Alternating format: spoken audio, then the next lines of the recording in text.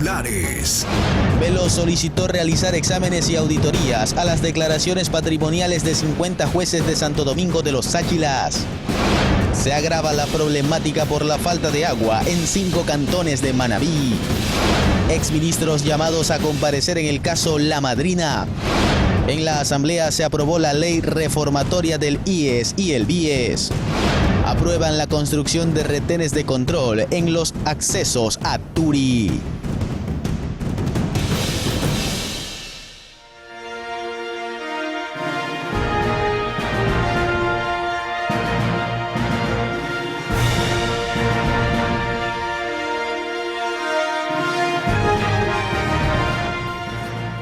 Hola, ¿qué tal? Buenos días, televidentes de Ecuador y el mundo. Hasta el 7 de abril debe estar listo el reglamento para viabilizar la eutanasia en Ecuador. Por ahora el proyecto está en manos de la Defensora del Pueblo. Mucha atención, aquí iniciamos Noticias Ormar, primera emisión. En la Asamblea Nacional, el bloque de la Revolución Ciudadana anunció que iniciará procesos de fiscalización contra los exasambleístas implicados en el caso Metástasis y también Purga. El caso Metástasis y Purga sigue dando que hablar en la Asamblea Nacional. La mañana de este martes, los integrantes de la Revolución Ciudadana, a través de una conferencia de prensa, pidieron que la Comisión de Fiscalización investigue el caso del exasambleísta Pablo Muentes y Ronnie Aliaga, y además a otros legisladores, sin importar a dónde pertenezcan, que hayan tenido denuncias de presuntos actos de corrupción. El legislador Leonardo Berresueta aclaró que este proceso no interfiere con las investigaciones que la Fiscalía realiza en estos casos, sino más bien son complementarias. Este trabajo no tiene nada que ver, y recalco, no tiene nada que ver con el proceso judicial y la investigación establecida en las indagaciones y en las instrucciones fiscales que están siendo llevadas a cabo por la Fiscalía General del Estado. Este trabajo tiene como objetivo establecer las responsabilidades políticas y administrativas de funcionarios o exfuncionarios que, utilizando la calidad de asambleístas o funcionarios legislativos, de ministros, de funcionarios de cualquier índole, o utilizando el nombre de instituciones, hayan interferido o influenciado en la toma de decisiones de la Administración de Justicia. De su parte, la presidenta de la Mesa de Fiscalización, Pamela Aguirre, en torno a la crisis que se evidencia en los servidores de justicia, ofreció iniciar un proceso de investigación a la labor del Consejo de la Judicatura y analizar denuncias de repartos de cargos. 30 cargos de asesores, asistentes de asambleístas y familiares de asambleístas fueron contratados por el Consejo de la Judicatura a cambio de votos. Pero esto es solo el inicio de un entramado de corrupción donde los jueces jamás fueron evaluados. Si no existen evaluaciones, si no existe control disciplinario. En este contexto, finalmente Aguirre añadió que pedirá a la Contraloría y a la UAFE un análisis exhaustivo de todas las direcciones de la Judicatura. Para conocer qué es lo que ha pasado con sus patrimonios, qué es lo que ha pasado durante el tiempo que han estado en las funciones. Y lo mismo será para los jueces y para los fiscales a nivel nacional. Contraloría General del Estado y UAFE tiene que analizar los patrimonios de jueces, fiscales y de quienes fueron funcionarios de la Judicatura. Para jueces y fiscales a nivel nacional, además de revisión de patrimonios de exfuncionarios. En Quito, Juan Correa Rodríguez, Noticias Oromar. Amigos televidentes, buenos días. Mientras tanto, la Fiscalía dio a conocer los nombres de los 13 nuevos vinculados al caso Metástasis. Además, el exasambleísta Ronnie Aliaga, según él, hay guías penitenciarios, una policía, accionistas de empresas e incluso 2 exintegrantes de la Comisión de Pacificación de las Cárceles. Además del exasambleísta del correísmo Ronnie Aliaga, la excomisionada de Pacificación Claudia Garzón y la fiscal de Guayas Yanina Villagómez, que están entre los 13 nuevos vinculados al caso Metástasis, también hay guías penitenciarios, una académica, una policía y accionistas de empresas. En este último grupo figura Juan Pablo Jaramillo Dávila, que fue proveedor de insumos médicos a hospitales públicos de Guayaquil y al momento es procesado por peculado. Su audiencia de juzgamiento será en mayo. Otra nueva vinculada será la policía Doris Oviedo, perito especializada en finanzas, que actuó en los casos Yunda y sobornos. Además, Marian Delgado Chávez, académica que también integró la Comisión de Pacificación de las Cárceles. Los guías penitenciarios involucrados son Catherine Guaita, que recibió dinero de la red del narcotraficante Leandro Norero, según apuntes recibidos de transferencia a su nombre que constan en el proceso, y Carlos Mendoza, a quien la Fiscalía señala por ayudar a Norero durante su estadía en la cárcel. Otro vinculado será Eduardo Rodríguez, socio del prófugo Fabián Camposano alias Yankee, en una empresa de seguridad. Camposano, a su vez, era socio de Norero en el negocio del narcotráfico, según las investigaciones del caso Metástasis. La audiencia de formulación de cargos en contra de los nuevos imputados, que estará a cargo del letrado Felipe Córdoba, se desarrollará en los próximos días. En Quito, Juan Correa Rodríguez, Noticias Oromar.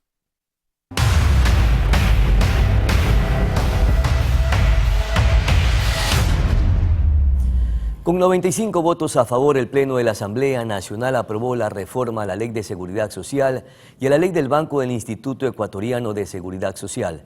El objetivo de esta reforma es modificar la composición del Consejo Directivo del IES y del procedimiento para integración del directorio del DIES. Por su parte, con 72 votos en contra, no dio paso a la disposición transitoria tercera relacionada a la potestad del Estado para entregar transferencia de acciones de empresas como formas de pago. El proyecto irá a manos del presidente Daniel Noboa, que podría objetarlo parcial o totalmente.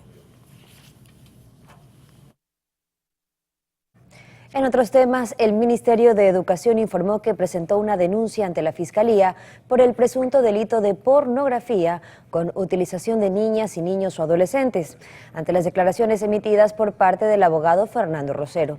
La institución asegura que busca precautelar la integridad y los derechos de la comunidad educativa, efectuando el debido seguimiento y acompañamiento legal.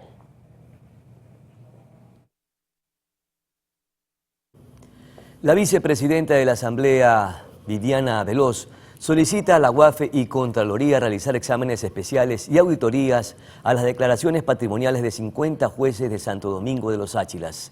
Veloz manifestó que a los funcionarios que se les compruebe delitos deberán rendir cuentas con la justicia y el Ecuador. La Comisión de Fiscalización convocó a Alexandra Vela y Francisco Jiménez, exministros de gobiernos, para que comparezcan este miércoles en el marco del caso La Madrina y expliquen los hechos que son de conocimiento público y que se dieron durante su gestión como ministros de Estado. Y el Pleno del Consejo de la Judicatura resolvió en sesión extraordinaria el cese de las funciones de Yanina Villagómez como fiscal provincial del Guayas y Galápagos. La decisión se adoptó por pedido de la fiscal general Diana Salazar, conforme a la causa denominada Metástasis. Esto luego de que Villagómez haya sido vinculada junto a otras 12 personas más en la investigación por delincuencia organizada. Ahora el doctor René Astudillo estará a cargo de esas funciones, según dispuso la Judicatura. Y atención, tras alertas registradas este 12 de marzo sobre un supuesto intento de fuga del ex vicepresidente de la República, Jorge Glass, de la Embajada de México en Quito, la Cancillería ecuatoriana aseguró que tras las conversaciones con autoridades de la Embajada de México en Ecuador, se confirma que Glass pertenece en esas instalaciones. Como antecedentes, les contamos que desde el pasado diciembre del 2023 se informó que el ex vicepresidente había ingresado a la embajada tras la orden de la Fiscalía para retenerlo con fines de investigación en el caso Reconstrucción de Manabí, por un presunto desvío de fondos destinados a la reconstrucción de las zonas devastadas por el terremoto del 2016. En ese tiempo, Glass lideraba el comité a cargo de los recursos.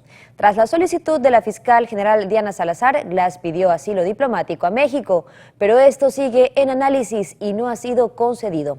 Recordemos además que el pasado febrero se informó del requerimiento de la Cancillería ecuatoriana a México para poder ingresar a la delegación diplomática en Quito y proceder con la orden de captura contra Glass. Esto último fue negado. Y ahora pasamos a contarles que pese a ser urgente la selección de los candidatos para designar un nuevo vocal del Consejo de la Judicatura en la Asamblea, el proceso está en el aire. En la Asamblea Nacional se sabe que la selección de los candidatos para la terna debe ser urgente, pero la brecha gira en torno al mecanismo de designación. Es que hasta el momento no hay concordancias entre la bancada correísta, la gobiernista Acción Democrática Nacional ADN y el Partido Social Cristiano, quienes han mantenido un pacto en otros temas. Por lo pronto, en la Revolución Ciudadana adelantan conversaciones con otros sectores políticos y con el presidente de la Asamblea, Henry Kronfle. Al interior del legislativo, unos piensan que desde el correísmo deberían plantear los nombres, pero otros piensan que la academia debería ser la encargada. Mientras tanto, en el Partido Social Cristiano ratificaron que no propondrán a nadie, pero sí serán rigurosos al analizar los perfiles de los futuros candidatos. En Pachacutic pidieron que la terna no se arme solo con las bancadas que controlan el legislativo, sino que también se tome en cuenta el criterio de las minorías. Señalar que la terna de candidatos al Consejo de la Judicatura que se defina en el Pleno de la Asamblea Nacional deberá ser remitida al Consejo de Participación Ciudadana y Control Social, que luego de evocar conocimiento podría designar al nuevo vocal en un plazo no mayor de 2 meses. En Quito, Juan Correa Rodríguez, Noticias Oromar.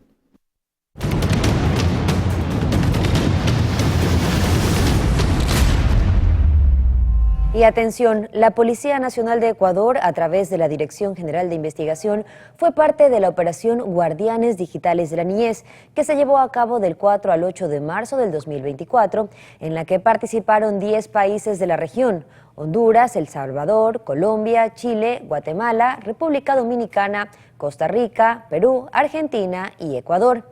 En esta intervención se socializó y se puso a prueba un software desarrollado por el Departamento de Seguridad Nacional de los Estados Unidos, que permite identificar y rescatar a niñas, niños y adolescentes víctimas de abuso sexual para posterior brindarles atención psicológica. Con esta herramienta también se puede localizar a los agresores mediante la identificación de rostros en fotografías y videos a fin de dar con su ubicación en tiempo real. Con todo esto, Ecuador se ejecutaron 9 allanamientos que permitieron la captura de 7 personas y rescatar a 10 víctimas. Además, se incautaron 1.965 archivos de material de abuso sexual infantil, 6 dispositivos de almacenamiento, 7 computadoras, 10 terminales móviles y 9 equipos varios. Asimismo, las autoridades informaron que durante el operativo regional también se logró identificar a 52 víctimas, quienes se encuentran en diferentes países, por lo que se mantendrán coordinaciones internacionales a fin de lograr su rescate.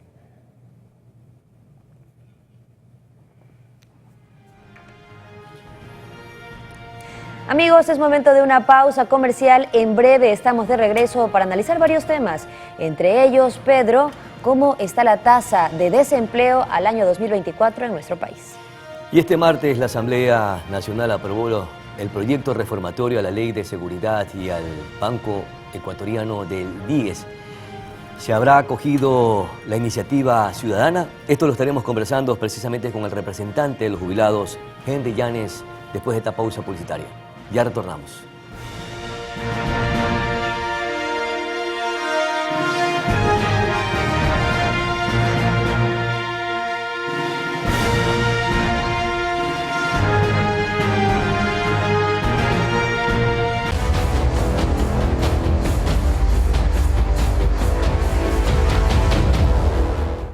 De regreso, amigos. En lo que va del 2024, más de 80,000 personas se han quedado sin empleo en Ecuador. Según el Ministerio de Trabajo, la modalidad que mayores actas de finiquito registra es la de acuerdo entre las partes. Según datos del Ministerio de Trabajo, desde enero hasta febrero de 2024, cerca de 83.315 personas se quedaron sin empleo en el país. Las actas de finiquito se emitieron más al concluir un contrato por acuerdo entre las partes, con 13.635. Por las causas legalmente previstas en el contrato, 3.572. Por la conclusión de la obra, periodo de labor o servicios objeto del contrato, 2.374. Y 2.588 por terminación dentro del periodo de prueba. Pichincha fue la provincia que más actas de este tipo reportó, seguida de Guayas, Azuay y Manabí. Según la cartera de Estado, en 2023 hubo 759.513 actas de finiquito, es decir, 8.790 más que en 2022. En este punto surge la interrogante: ¿quiénes pueden usar el seguro de desempleo? pues pueden acceder a este beneficio quienes tengan un mínimo de 24 aportaciones, no simultáneas. Las 6 últimas deben ser consecutivas, haber cumplido 60 días de estar cesante y haber cesado involuntariamente en relación de dependencia. Cabe mencionar que a partir del día 61 de estar cesante, hasta un plazo máximo de 45 días posteriores, el usuario debe registrar la solicitud de seguro de desempleo en la página web del IES, www.ies.gov.es. María José Pino Argote, Noticias Oromar. Ahora les contamos que una organización pide crear una reserva marina mundial junto a Galápagos. Greenpeace llamó el lunes a los gobiernos del mundo a conservar las zonas de alta mar y pidió comenzar con la creación de una reserva marina protegida vecina al archipiélago ecuatoriano de Galápagos. El llamado fue difundido en el marco de una expedición científica de 6 semanas alrededor de las islas para mostrar la biodiversidad marina y recoger argumentos para su conservación. Si se quiere priorizar las regiones más importantes para empezar a trabajar, hay que saber dónde están esos corredores. Hay que utilizar la genética para poder empezar a ver cómo están conectadas determinadas poblaciones de una región a otra, utilizando análisis genéticos, herramientas genéticas. Y eso es parte de lo que se está haciendo. El gobierno ecuatoriano creó en 1998 la Reserva Marina de Galápagos y hoy sigue siendo un oasis de biodiversidad con al menos 2.900 especies marinas, de las cuales el 25% son endémicas, con numerosos delfines, ballenas y lobos marinos. En un intento por facilitar el tránsito de las especies migratorias, Ecuador creó en 2022 la Reserva Hermandad, que conecta a Galápagos con el área protegida de los Cocos en Costa Rica. Pero Greenpeace advierte que fuera de los límites de las reservas, el océano sigue abierto a la pesca industrial destructiva, lo que puede traer consecuencias nefastas para la vida marina. Si no podemos proteger una zona como las Galápagos, junto con otras como Cocos y los corredores clave que las conectan entre sí, una zona concreta por sí sola no podrá funcionar correctamente. El año pasado, 80 países firmaron en la ONU el Tratado Global de los Océanos con miras a proteger la biodiversidad en aguas internacionales, pero solo Chile y Palaos lo han ratificado. Con flora y fauna únicas en el mundo, Galápagos es un cotizado destino para turistas y científicos que no dejan de sorprenderse de su riqueza biológica. En 2019, el mundo celebró el hallazgo de un ejemplar de la especie de tortugas gigantes Chelonoidis fantasticus, que se creía extinta hace más de 100 años.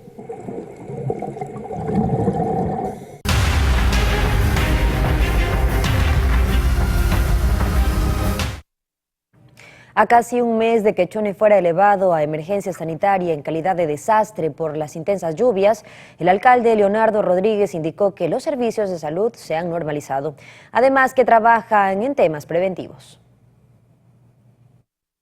Hemos ido de a poco recuperando la normalidad, si cabe el término, pero todavía nuestra ciudadanía está atenta, está bajo cierto punto también nerviosa porque comprendemos y sabemos principalmente que el invierno no ha culminado. De hecho, el INAMI hizo un reporte el día de ayer que esta semana van a existir precipitaciones en este sector del país y eso pues nos motiva y nos convoca principalmente a estar atentos, a seguir articulados con todas las instituciones que hemos hecho frente a la emergencia que ocurrió ya hace algunos días. El sistema de salud de a poco se ha ido recuperando, el hospital del IES volvió ya a dar sus servicios, entre otros pues la cirugía programada en su instalación principal, teniendo todavía su contingencia en la Universidad Eloy Alfaro. El Hospital Napoleón Dávila Córdoba, el Ministerio de Salud Pública también de a poco ha ido recuperando la normalidad de sus servicios. Y mucha atención, con las inundaciones las estructuras suelen guardar humedad, lo que además de provocar daños en la construcción, podría conllevar a la producción de hongos que afectan a la salud. Además de cultivos, carreteras y enseres, las inundaciones a causa de las lluvias generan daños considerables en las infraestructuras, que suelen guardar humedad por un largo periodo. Pero ¿cómo se genera esta afectación? Todo el agua que cayó va a comenzar a recorrer y va a comenzar a subir a través de los poros que tiene cada estructura. Una problemática que destruye el hierro. Al momento que destruye el hierro de las bases de las estructuras, se comienza a desprender el cemento. En este punto ya tienes que pensar en derrumbar. El daño no viene inmediato, entre 2 a 4 años. En lugares propensos a inundaciones como Chone o Guayaquil, es mayor el riesgo que corren las viviendas de verse afectadas por la humedad. Ya que estás hablando de Chone, existe ahí un tipo de humedad muy complicada que se llama capa de agua subterránea, algo que ocurre en Guayaquil. Los niveles de agua están por encima de lo que está la ciudadanía, las casas construidas. Entonces, solo con que suba a veces o pase el río muy fuerte, ya comienzan a llenarse las casas. Pero hay otro factor por el que la humedad es un tema preocupante: la salud de quienes habitan en lugares con este inconveniente. Hongos que nos afectan a nivel, primero de piel, nos comienzan a picar, segundo, comenzamos a toser. Para evitar que la humedad dañe las estructuras de las viviendas, lo ideal es que al momento de construir se lo haga tomando en cuenta todos los escenarios, por lo que es recomendable la impermeabilización de los espacios. Sin embargo, para los lugares que ya han sido afectados por el ingreso de agua, se puede realizar el secado de las superficies y, de ser posible, aplicar alta ventilación y hasta calor para evitar daños a futuro. Tania Loor, Noticias Oromar. Y un ciudadano quien era requerido por la justicia ecuatoriana implicado en un delito de violación en Chimborazo fue extraditado desde Estados Unidos. Así lo informó la Policía Nacional. Se trata de José Y., quien tenía una notificación roja de Interpol. Tras su llegada al país, el detenido fue puesto a órdenes de la autoridad competente para que pueda cumplir con el proceso judicial correspondiente.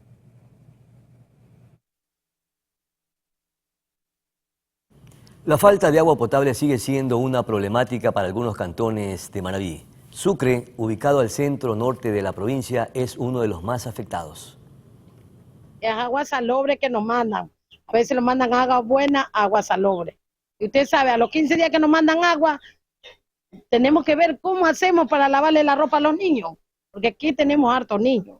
Ella es Luz María, habitante de Sucre, uno de los 5 cantones que sufren la falta de agua potable en la provincia. 3 tanqueros están distribuyendo el líquido vital, pero los residentes aseguran que no se logra abastecer a todas las familias. Incluso hay ocasiones que les toca traer agua del pozo. Los niños a veces están con dolor de barriga, usted sabe que ellos toman agua, no, aunque nosotros compramos agua de bidón, pero de todas maneras, en el día todos que tomamos no nos alcanza un bidón de agua. A veces cuando no tenemos para comprar un bidón de agua, tenemos que tomar el agua salobre, porque si uno no toma agua, ¿cómo vive?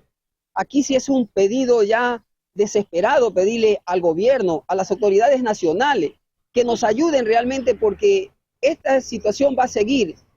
Dios nos ha bendecido porque no ha llovido en estos días, pero esto va a seguir el problema y esto se va a causar un caos en nuestro cantón. Este cantón de aproximadamente 50.000 habitantes, entre la zona urbana y rural, recibe líquido vital cada 15 días. El alcalde Carlos Mendoza Rodríguez afirma que este problema no es de ahora y pide al gobierno que intervenga pronto. El problema del agua de Bahía de Caracas y sus alrededores es un tema, diría yo, con muchísimos años de existencia. Necesitamos ya que el gobierno nos vea desde una perspectiva de que el agua es un derecho y de que el agua es una necesidad imperiosa. En una situación grave, debo decirle que no es que estamos con las manos nomás pidiendo que nos den todo, tenemos el proyecto ya en todas las instancias, con viabilidad de todo género, de todo tipo. Tenemos evidentemente pues un proyecto de 16 millones de dólares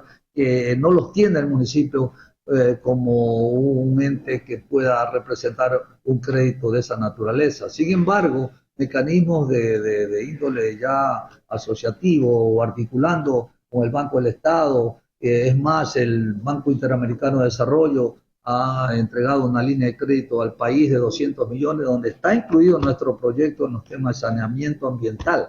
Esos 200 millones necesitan un aval del gobierno, que todavía no se ha entregado. Tosagua, Bolívar, Junín, San Vicente y Sucre tienen serios problemas para acceder al agua potable, debido a que la planta potabilizadora de la mancomunidad ya cumplió su vida útil y las bombas son deficientes. Mirly Macías, Noticias Oromar.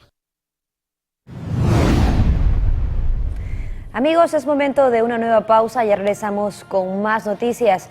Pedro, un ciudadano que había sido reportado como desaparecido en la ciudad de Guayaquil, apareció en Manta. ¿En qué condiciones? Se los contamos al volver de la pausa. Katy, es raro, ¿no? Se desaparece en Guayaquil y aparece en Manta. Lamentable. Más adelante tendremos esta información, como también conversaremos con Henry Llanes, representante de los jubilados, y es que la Asamblea Nacional aprobó el proyecto reformatorio de ley de la Ley de Seguridad Social. ¿Habrán cambios estructurales? Eso lo sabremos de inmediato. Ya regresamos.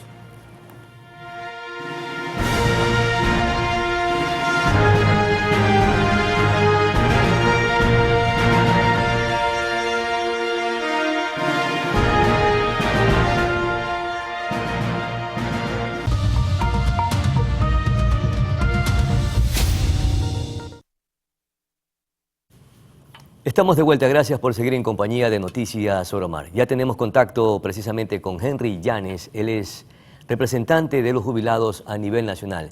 Y es que la Asamblea Nacional ayer aprobó el proyecto reformatorio de ley del Seguro Social y del Banco Ecuatoriano del Seguro Social mismo, del BIES, precisamente para hacer algunas modificaciones estructurales. Había o hubo una iniciativa privada que fue incorporada en el proyecto inicial. Pero veamos si a través de lo que resolvió, lo que aprobó la Asamblea Nacional, se acogió precisamente esta iniciativa ciudadana y ha permitido hacer los cambios estructurales en beneficio de los afiliados, de los jubilados y en general de todos quienes reciben beneficio de esta institución importante del país. Mi querido Henry Llanes, ¿cómo estamos? Buenos días. Se acogió la iniciativa que fue presentada precisamente como propuesta ciudadana a través de esta modificación para conformar o modificar el Consejo Directivo del Seguro Social?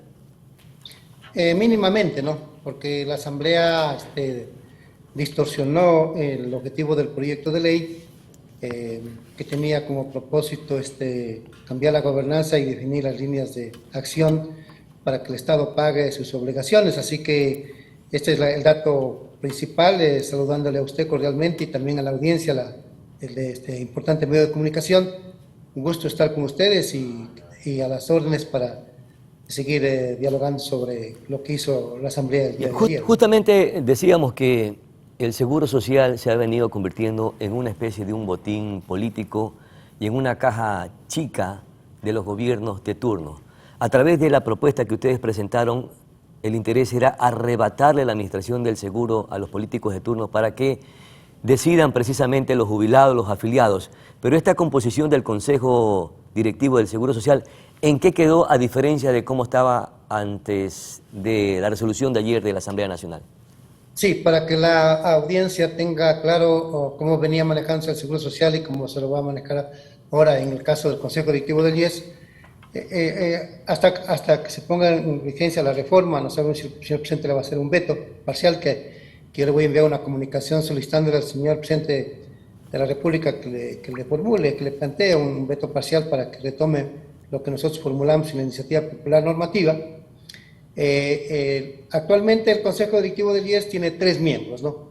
Uno que representa al gobierno, quien es el que dirige a la institución del Seguro Social en el ámbito administrativo, manejo de la salud, manejo de los recursos económicos. Un representante de los empleadores que siempre vota con el gobierno, y allí hay un representante de los asegurados que es un voto de minoría, que prácticamente no tiene la capacidad para poder impulsar iniciativas, resoluciones, fiscalización, auditorías, etcétera. Entonces, por eso es que nosotros propusimos que sean 5 miembros, ¿no?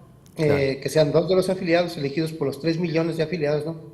Uno de los jubilados elegido por los 660,000. Entonces, de esa manera teníamos la mayoría del voto y lo desplazábamos con esos votos al gobierno, y no por animadversión, no por odio, no por, digo usted, alguna pasión subterránea, no, qué sé yo. Nosotros, en coherencia de lo que dice el artículo 372 de la Constitución de la República, el 372 de la Constitución de la República dice que los recursos del Seguro Universal Obligatorio o del Seguro Social Obligatorio no son del fisco, no son del fisco. Entonces uno se pregunta, si no son del fisco, ¿por qué el gobierno maneja recursos que no son del fisco? Pero ahora tendrán 3 miembros en el Consejo Directivo del Seguro Social. Van a tener un representante de los afiliados en relación de dependencia público y privados, uno por los afiliados sin dependencia y uno por los jubilados, y el otro de los empleados que usted dice pertenecen, o de los empleadores, perdón, que representan también, o es un voto del Ejecutivo o del gobierno de turno. Así es, pero en cambio, por ley, por acción de la Revolución Ciudadana, porque el país debe saber quiénes son los que lideraron esto y quiénes fueron los que se opusieron. Los que lideraron esto no fue el bloque de gobierno, fue el correísmo, la Revolución Ciudadana. Yo no sé a qué acuerdos llegaron con el gobierno o con algún sector económico del Ecuador, yo no sé si con la banca, pero ellos fueron los que lideraron.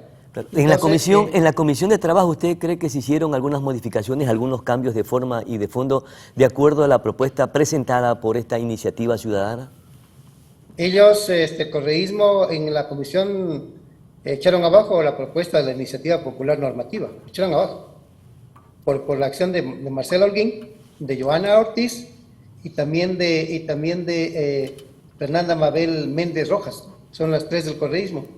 Ellos echaron abajo la propuesta de la iniciativa popular normativa porque se opusieron a que el Banco del IES no sea un banco de primer piso, claro, para que el Estado no transfiera las acciones del Banco del Pacífico como parte de la deuda al Seguro Social, para que el Estado no transfiera las acciones de las empresas estratégicas de la economía nacional, ¿no?, de los sectores estratégicos de la economía nacional. Ellas se opusieron y también amarraron, por acción de ellas, la presidencia del Consejo Directivo del IES para que el delegado del gobierno, teniendo un voto ya de minoría, sin embargo no suelte la dirección del Consejo Directivo del IES, va a seguir siendo presidente. Ellas también se opusieron porque saben que teniendo mayoría nosotros en el Consejo Directivo, podíamos elegir un vicepresidente que lo subrogue al presidente, claro, en ausencia temporal o definitiva. No, ellas se opusieron. Esa terna actualmente, de acuerdo a lo aprobado, sería enviada por la Asamblea Nacional y sería aprobada por el Ejecutivo. La propuesta es de que el Ejecutivo envíe una terna a la Asamblea Nacional para la asignación del delegado del gobierno.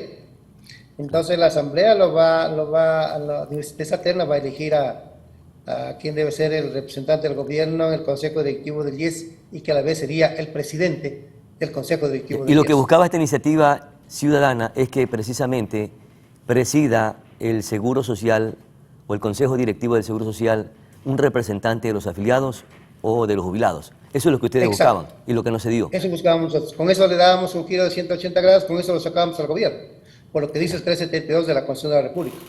Lo sacábamos, ¿no? Tanto del Consejo Directivo del IES como del director del banco. La Revolución Ciudadana echó abajo esa iniciativa que el país debe saber, sobre todo los afiliados y los jubilados y sus familiares deben saber, sino que consigan la grabación del viernes 8 de marzo que estuvimos en la comisión hasta las 11 de la noche. Ahí está la posición de ellas, ¿no? Y también están, claro, en el Parlamento.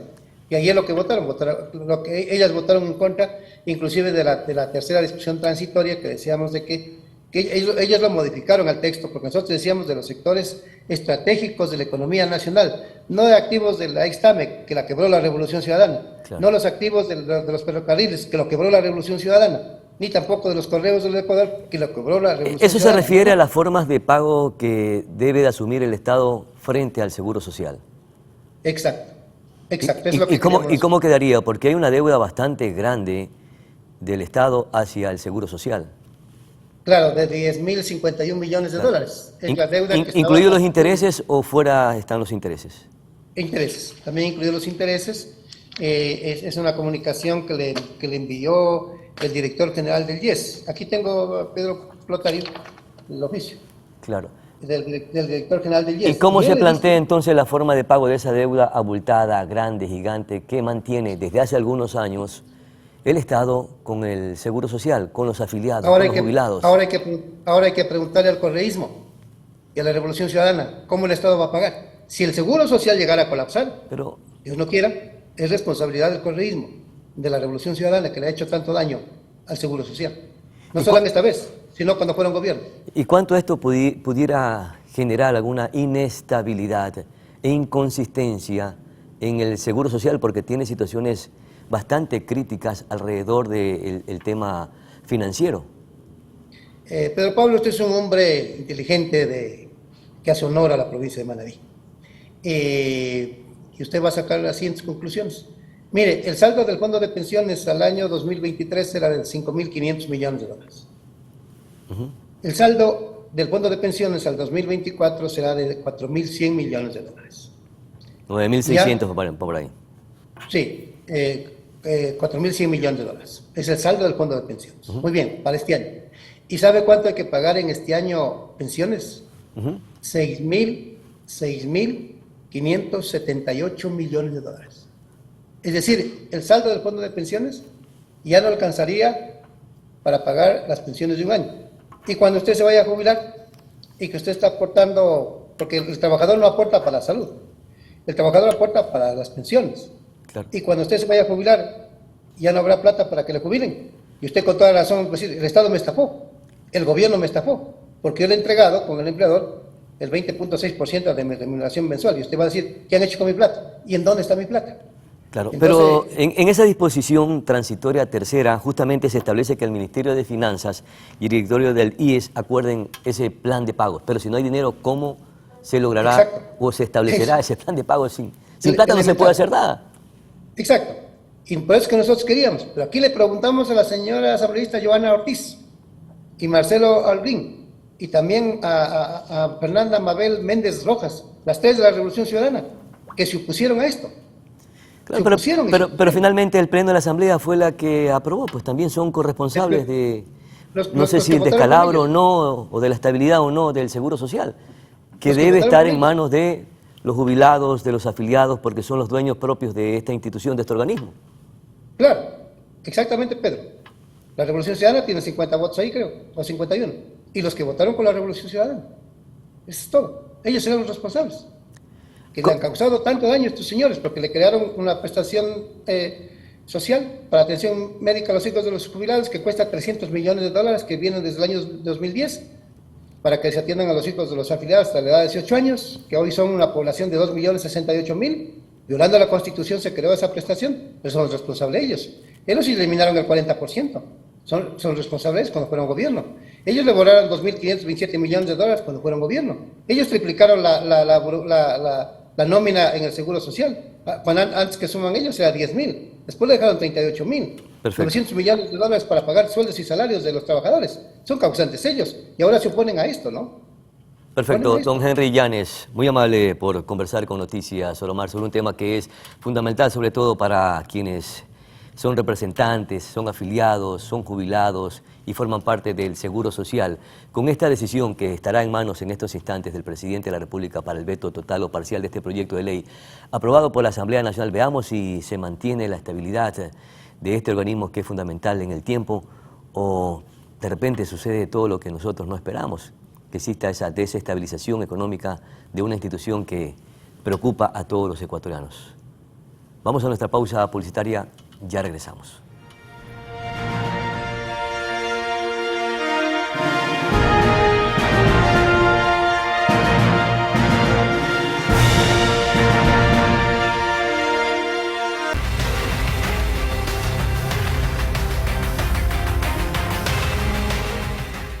Ya de regreso, amigos, para contarles que el Ministerio del Interior aprobó la construcción de 3 retenes de control en los accesos a la cárcel de Turi, en Cuenca.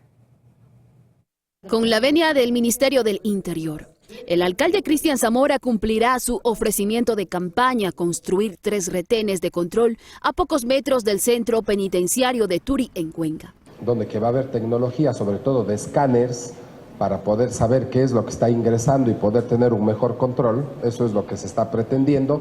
Lo que le corresponde al municipio es dotar de la infraestructura.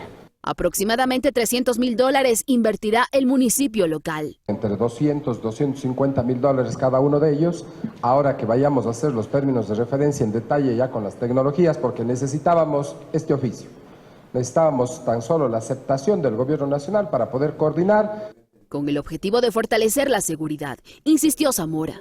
Esto incluye el posible traslado de presos que no sean de la región. He pedido ya al Frente de Infraestructura que elabore los términos de referencia para poder en el corto plazo, ojalá estemos inaugurando al menos uno de ellos antes de las fiestas de noviembre. Se prevé que miembros de la Guardia Ciudadana y personal especializado estén a cargo de los puestos de seguridad. Articularemos Policía Nacional, Fuerzas Armadas y obviamente también la municipalidad, que es la que va a construir con recursos de los cuencanos. Esto no nos compete, pero he juzgado que es importante poderlo tener. Asimismo, este martes 12 de marzo, el alcalde anunció lo que este año sería un hecho.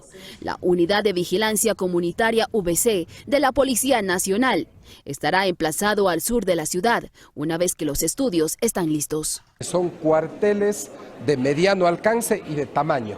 Entonces, eso se hizo y se dejó en el olvido. Aquí hemos retomado los temas, hemos hecho la gestión. Además, por acá se habló de implementar un centro de comando integral con inteligencia artificial a través de equipos tecnológicos del Consejo de Seguridad Ciudadana y del ECU 911.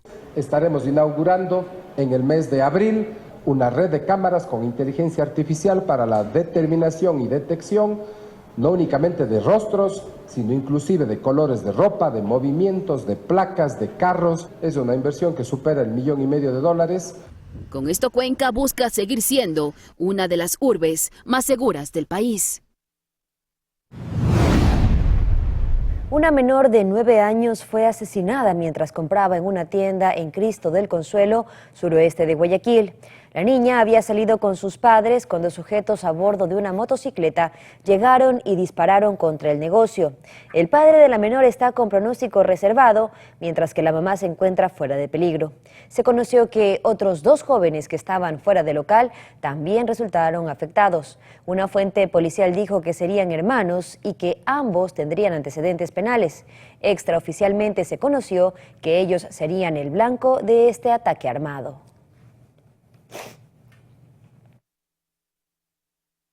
Y la capital de los manabitas, Puerto Viejo, registró un nuevo hecho violento este martes 12 de marzo. En esta ocasión, 2 personas fueron atacadas a bala en la ciudadela San Alejo. Una murió y otra quedó herida. El cuerpo de la víctima mortal quedó tirado a un costado de una calle de tierra, cerca del sector conocido como La Poza, mientras que el herido fue trasladado en un vehículo particular hasta un hospital de la localidad. Según testigos, los sicarios llegaron a bordo de un carro y tomaron por sorpresa a los ciudadanos. Los criminales huyeron con rumbo al paso lateral, donde minutos después se encontró abandonado un automotor presumiblemente utilizado para este delito. Y el distrito Manta registró nuevas muertes violentas. Uno de los casos dejó 2 personas asesinadas en un centro de rehabilitación.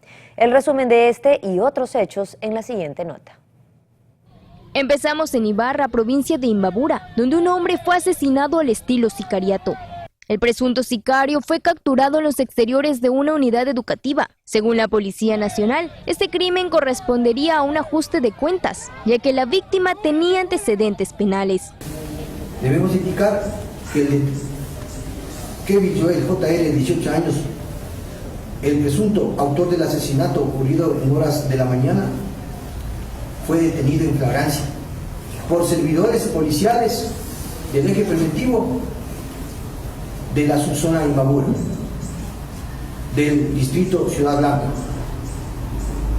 El sicario habría disparado contra el ciudadano Freddy Giovanni Herrera, provocándole la muerte instantánea. Pasamos al cantón Buena Fe, provincia de Los Ríos. En este punto del país, un hombre que responde a los nombres de Lenín Cedeño fue asesinado cuando se encontraba reunido con un grupo de amigos. Sujetos armados llegaron hasta el lugar antes mencionado y le propinaron varios impactos de bala en contra de su humanidad. Por último, el distrito Manta registró 3 muertes violentas. El primer caso ocurrió en el sector de Jaramisol, del cantón Jaramico, donde un ciudadano identificado como Lenín Emiliano Solórzano, de aproximadamente 46 años, fue asesinado a disparos, mientras que en la parroquia Colorado de Montecristi se dio un doble sicariato dentro de una clínica de rehabilitación. Las víctimas fueron identificadas como Carlos Javier García y Robert Orlando. En horas de la mañana se encontró un carro incinerado en el sector de los Artesanos de Montecristi. Las autoridades ya se encuentran investigando si ambos crímenes tienen relación. Mirly Macías, Noticias Romar. Muy bien, amigos televidentes, con esta información hemos llegado a la parte final de este espacio de noticias. Como siempre, agradecerles por su fiel sintonía y a usted, Pedro, también. Igualmente, mi querida Katy, y nuevamente felicitar a nuestro colega Willy Quinde, que ayer fue homenajeado, galardonado en la sesión solemne conmemorativa en Puerto Viejo, en la capital de los Marías. Oye, el presidente no trajo billete, no trajo nada. El presidente ni promesas, ni billetes, ni el aval soberano. Ni el aval soberano, que era algo que la capital de los ecuatorianos estaba esperando también. Bueno, vamos a ver si preparamos un comentario para que el señor presidente se despabile. Cuidado hacer la casita como el presidente o el expresidente Guillermo Lasso, que fue espectacular en la pandemia, pero ahí para abajo, a pique. Cuidado. Por el bienestar del país esperemos que no sea así. Ojalá. Con esto, muchas gracias. Felicidades. Buenos días.